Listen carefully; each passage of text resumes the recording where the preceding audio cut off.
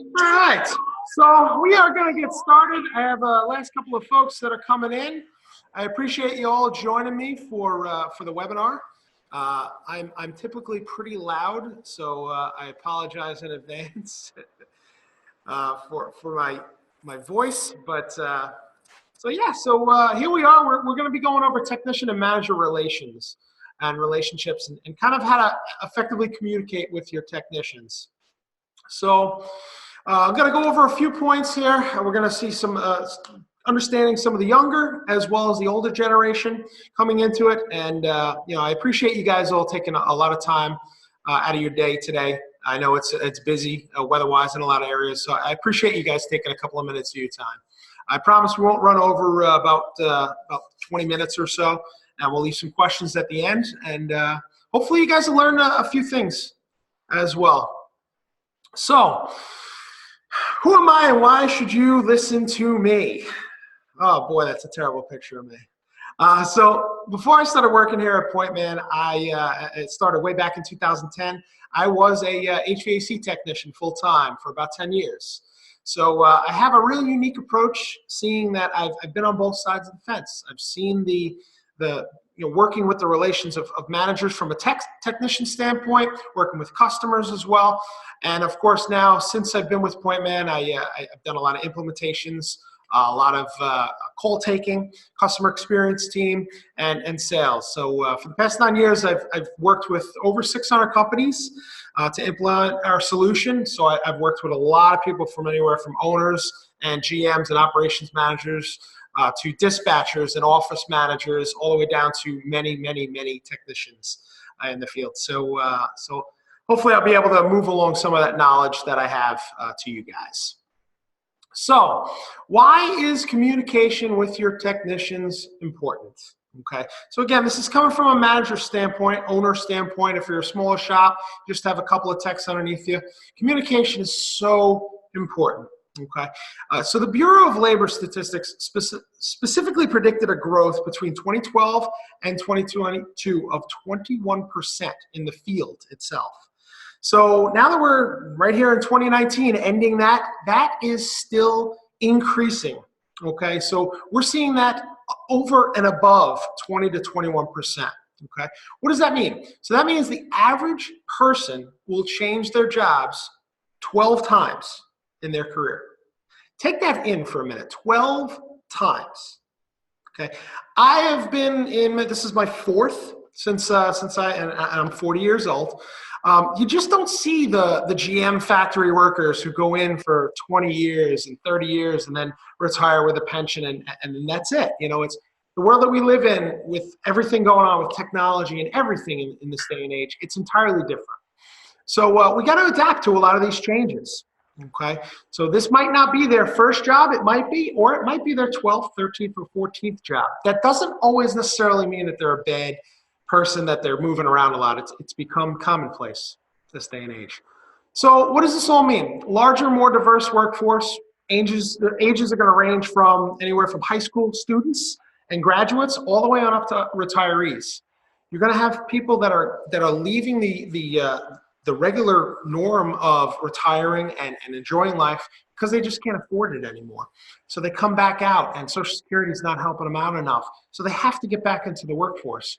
So you're really going to see a good range of folks, anywhere from 18 all the way on up to 65 and 70. We see a lot of it in this industry. And that means, cohesiveness between the age ranges is super important. Okay, so obviously, how are we going to do that, right? Well, two specific areas that I'm going to focus in on today is your younger generation, folks that are just getting out of high school and college, out of trade schools. Hopefully, we're getting a lot more trade school than we have in the past. So one of the big things I always like to say is call yourself a leader and avoid the manager phrase. And the reason for that is people like to follow leaders, okay? People don't necessarily like to speak to a manager. They want to speak to somebody that is a leader, that can conduct their business as, and follow me, I'm going to show you the right way, right? Managers like to really control things. So the word management or manager can come off a little difficult, right? Managers focus on execution. Leaders are going to focus on developing and empowering the skills that the people have, okay? So again, using those words, leaders instead of management, is going to definitely help the younger generation kind of feel good and feel like a part of it, a part of something, okay? Also, you're going to want to give recognition when deserved, okay? The reason for that is very simple. Recognition is addicting, right? You're going to be able to encourage your younger workforce to try even harder every time you give them some type of recognition. It provides a lot of confidence and pride in what they do. And I'll tell you right now, there isn't a better workforce than the younger workforce that has a lot of pride in what they do and who they work for. So give them the recognition that they deserve. It'll go a long, long way. Now, one of these is big and controversial in that as well. To spiff or not to spiff. What do I mean by that? I know a lot of people are on some type of commission plans, whether it's percentage or, as myself, I used to get spiffs for specific jobs. So whether you guys are doing, and I hope everybody's starting to go towards the flat rate where you're selling specific items and stuff, but so like I used to get specific spiffs for selling duct cleanings and UV lights, return drops, media filters and such, and there were monetary amounts. That was okay, and it's nice to see that your paycheck goes up a couple of bucks, but I tell you, it wears off rather quickly, especially with the younger generation. This day and age, what really makes the most is gift certificates. Maybe send them out to dinner. Maybe give them an Amazon gift card. I mean, Amazon is all over the place. You can just about get anything. Or maybe it's just a gift certificate to one of your local supply warehouses or shops. They go a long way, and you don't realize that the monetary difference is going to make a difference there. Another big thing that I see a lot of these days are extra days off. So say, for example, somebody hits their goal. If you guys are setting goals and targets per month or quarter, and they hit it or exceed it, give them specific, maybe an extra day here or there to their vacation. It'll go a long way. So kind of be creative with the spiff program. And finally, you want to definitely allow them to teach the technology that they're using. Technology is all around us, everywhere. My sister is an elementary school teacher, and one of the stories that always sticks in my head is that she calls her kids, and now her kids are 5 and 6 years old, and she's been teaching long enough that they're in their 20s now, but they call them swipers. And I always ask, what do you mean by swipers? Well, they grow up with technology. They grow up with touchpads and iPads and phones. They swipe the screens. You give them a mouse, half of them don't even know what to do with it. So we're really in an age that it's ingrained in them, and that technology is just with them. So let your younger techs go ahead and teach that technology. Let them take that role on, because they thrive in this area of expertise. It's like second nature. Have them teach the training classes, maybe, when you guys add new technology. And again, whether it's an app like PointMan where they're doing invoices out in the field, and there's a lot of different types of technology in the hands, or if it's a bunch of different apps that you can do. You can do, I've seen one on the Play Store for load calcs and all sorts of different stuff. Let them teach that, because they're going to get a hold of that real quick and run with it, and they'll be able to teach everybody from management all the way up to your older generation as well. So you'll be amazed at the results. So allow them to get into that. And then finally, for them, advancement opportunities are crucial. What do I mean by advancement opportunities? Give them a career path. Let them know what it is to get from where they are now, whether it's a brand new apprentice or just an installer that just started with you. And maybe how can I get to become a lead installer? How do I run my team? How do I become a lead, the senior service technician? Or even a service manager. Give them the path that it's going to take, and tell them what it's going to take to become those. It's very, very important. And again, that motivation is going to be very important for them to be able to kind of excel and let management and the folks around them see that, they're worth. They're going to really excel with that. So give them that path. Make it as clear as you possibly can. Okay. So now we've gotten the younger generation out, and now, unfortunately, a lot of the again, like I said, retirees are unable to.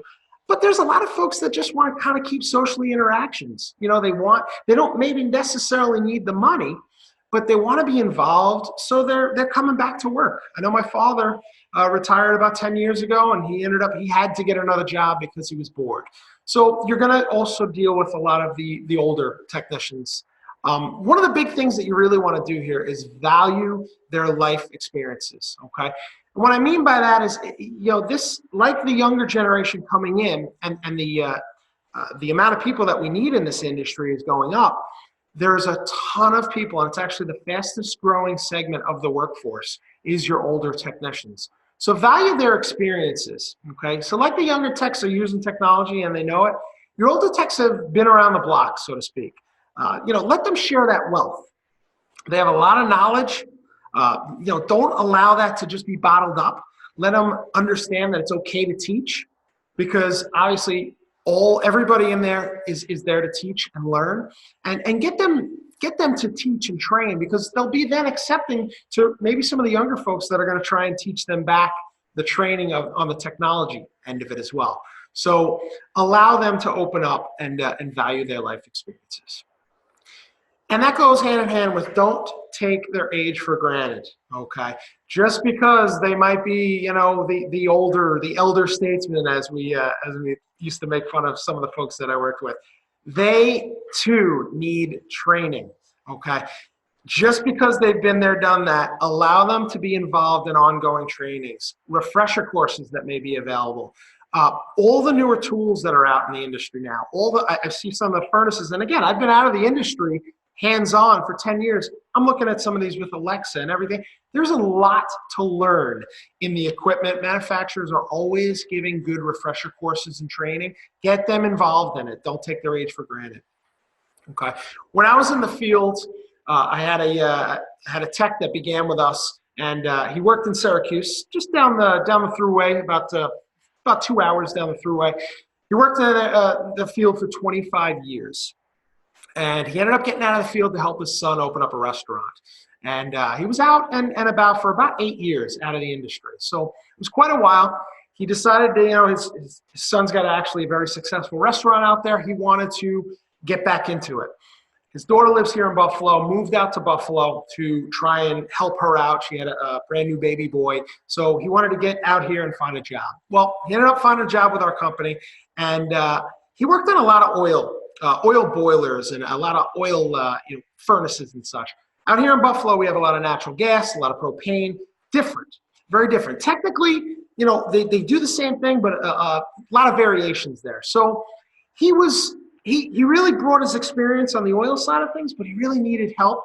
But the best thing was that he was very accepting, because we were very open to learning what he had to do, for him to really go to every training that we had available. We had a bunch of trainings that we went to out in Rochester. So it's important to let them know it's okay.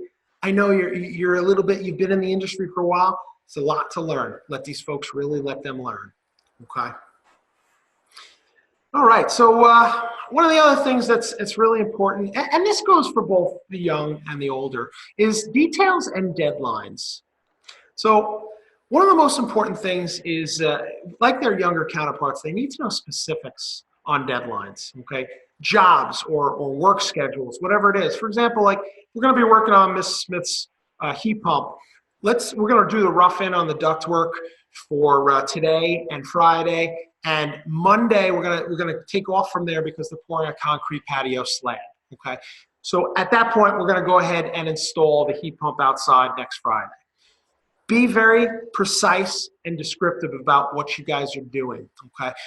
Put them on deadlines as well. Make sure they have deadlines, because otherwise things will just keep going and going and going. Give them a deadline. Specific details and deadlines are going to allow them to set up their week. They're going to get a lot less stressed out. And it's a lot better than just saying, hey, listen, go to Mrs. Smith's, roughen that ductwork, get the heat pump in, we got to make some money, right? You know, how terrible is the value that they're going to provide to your customers, okay? We want your customers to love you. All right, so these are some of the things that are just going to help out. Give them details and deadlines. And again, like the younger workforce, motivation is crucial for your older workforce. And what I mean by motivation It's more important to your older crew because, again, they might not be looking for that career advancement. They might just be looking at, the cash is okay, but again, they're there for the social interaction. They can get bored very easily. There's a good chance of that. So make sure that the encouragement and motivation above all is there for them, okay? It's tough for them to work with a manager as well that might be maybe 10, 15 years younger than them. That is difficult to get to know, and you see that in this industry these days. Military is a great example of this. So what they do is they'll take a lot of their more experienced soldiers and they'll let them go behind the scenes with the supervisor and kind of give their input on a one-to-one basis. So it doesn't matter that their supervisor is only 25, 28 years old and they're 50 looking at retiring. There are that motivation that they get because they can talk to the supervisor and understand. They'll still understand, and if not, they'll respect their chain of command even more. So it's really, really important to give them that motivation, but understand the value that they bring to the table. So in closing, as you can see, processes and best practices differ between your older and younger, and there's some shared values in there as well. But learning to become a leader instead of a manager, if you aren't already, will go great lengths in helping to strengthen the communication between you and your team that you work with. Okay, I hear every single day in this industry, this is one of the biggest things that we hear, whether it's solutions that we're doing or just regular talks that I have with friends and family. And one of the biggest ongoing issues here is trying to get people in this industry, trying to get technicians out of classes. The second largest portion of that, though, is retaining that good help. So finally, once you get that good help, you really have to maintain a good relationship, and communication is going to be able to do that for you. Okay, you want to keep those good technicians. So it's a huge step. Okay, and finally, by setting up these good practices and best practices and processes in place, it's going to just become a natural thing for them. It's just going to go into their daily habit. So really encourage a good communication, whether it's a brand new tech that just came out of trade school or even high school, or they go ahead and you have some of your older folks there. Make sure that you make that an everyday approach and really get them going on that regular communication. It'll make the world a difference. Okay, earn the victory with effective tech manager communication. So that is my quick webinar there. So that concludes the presentation. Thanks for watching our webinar on technician-manager relationships. I hope you were able to learn some things you can use right away. If you have any questions about the topic, you can reach me at bagner@pointman.com. I'd also like to take a minute to let you know about who we are at PointMan and what PACT can do for you. PointMan is a software-as-a-service company that's on a mission to make sure every homeowner loves their contractors, and we want you to be one of them. We do all that through a solution we call PACT, which stands for Process, Analysis, Community, and Technology. We have business coaches who will work with you to make sure your team follows best practices. Our team of analysts look through the reports and data that come in directly through the PointMan app. Lastly, we'll connect you to a group of like-minded business owners alongside you with all business decisions you make day to day. It's a part of our award-winning software. Again, if you have any questions at all about the webinar or about PACT, give me a call at 716-408-8751 or simply email me at bagner@pointman.com.